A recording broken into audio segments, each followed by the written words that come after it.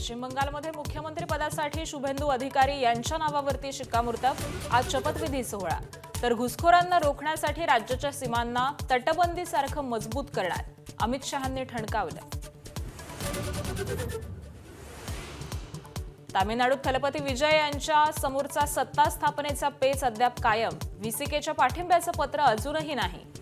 टीव्हीकेकडे केवळ 116 आमदारांचं पाठबळ, अजून 2 आमदारांचा पाठिंब्याची गरज। केरळ मुख्यमंत्री पदाबाबत आज मल्लिकार्जुन खरगेंच्या घरी महत्त्वाची बैठक। केरळमधील काँग्रेस नेत्यांशी चर्चा करणार, राहुल गांधीही उपस्थित राहण्याची शक्यता।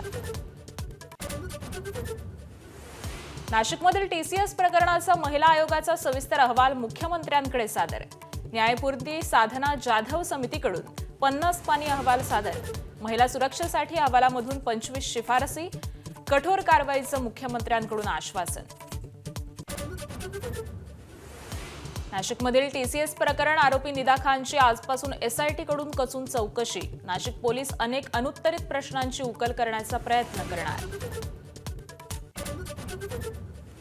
अत्याचाराच्या घटनांनी कल्याण डोंबिवलीत खळबळ। कल्याणमध्ये कराटे प्रशिक्षकाकडून 9 वर्षांच्या मुलीचा लैंगिक छळ, तर डोंबिवलीत नराधम बापाकडून पोटच्या मुलीवर अत्याचार।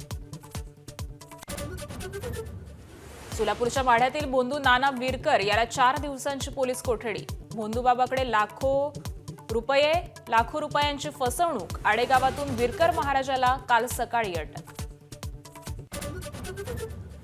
पायधुणीतील चौघांच्या मृत्यू प्रकरणात पुन्हा नवा ट्विस्ट। कलिंगडसोबत शरीरात सापडलं झिंक फॉस्फाईड आणि घरात सापडलेलं उंदीर पळवण्याचं औषध वेगवेगळं। झिंक फॉस्फाईड घरात कुठून आलं याचं गूढ वाढलं।